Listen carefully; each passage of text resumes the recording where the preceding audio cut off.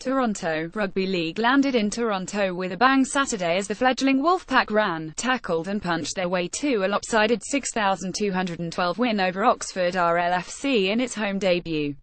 When the dust settled, there had been 14 tries, 3 red cards and 2 yellows before an announced crowd of 6,281 on a grey, moist afternoon at Lamport Stadium.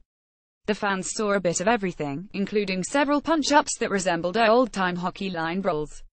Toronto Rugby League's first transatlantic team finished with 10 men after Jake Emmett and Blake Wallace were red-carded after a melee in the 68th minute, while Sean Penvich was yellow-carded in the 71st. Oxford captain Callum Windley was also ejected in the 68th-minute fight that escalated to punches after Emmett was yellow-carded but stayed on the field to pursue his beef. Toronto wing Liam Kay was yellow-carded earlier in the second half for throwing a punch in another brouhaha. Toronto coach Paul Rowley said the flashpoints were fueled by a string of incidents that were not policed properly earlier in the game. "Who should NT react?" he said. "But what I will say is you only get punched so many times. Well, protect ourselves. We're not soft, we're not mugs. I would expect my players to protect themselves.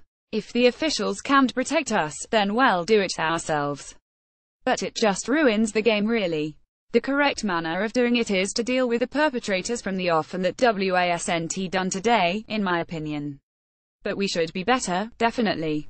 Andrew Dixon, Richard Whiting, Johnny Pownall and Ryan Brierley scored 2 tries apiece for Toronto 600, while Wallace, captain Craig Hall, Greg Worthington and Ryan Burrows added singles. Hall kicked 7 conversions. Casey Canterbury scored both tries for Oxford 230, with Harvey Burnett adding 2 conversions.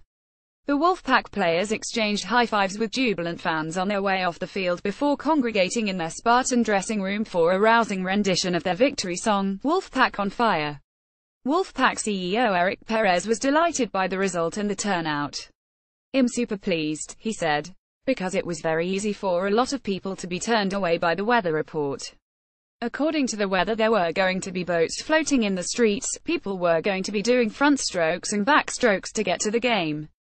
The Toronto home debut came a little more than a year after the groundbreaking franchise was announced. The Wolfpack are starting life in the third tier of English Rugby League, the Kingston Press One, with an eye to winning promotion to the second-tier championship and then the Elite Super League.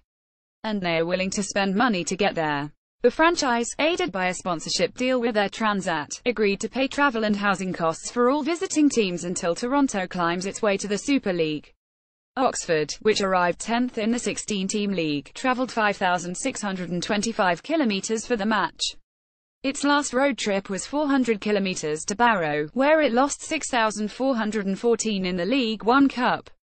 A full professional side, the league-leading Wolfpack have largely dominated their semi-pro opposition, winning all 5 of their previous matches with a 31,037 scoring edge. Toronto defeated amateur side Siddle ARLFC and the London Broncos of the Championship in the knockout Ladbrokes Challenge Cup before falling to the Super League Salford Red Devils 2,922. On Saturday, Toronto was without veteran props Fufu Moimoy and Ryan Bailey due to visa red tape.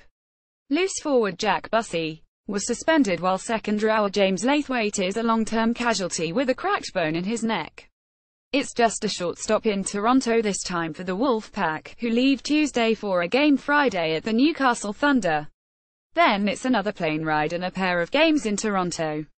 The Wolfpack home, at least to start with, is 42-year-old Lamport Stadium, a rudimentary 9,600 capacity venue that has no cover and no fills.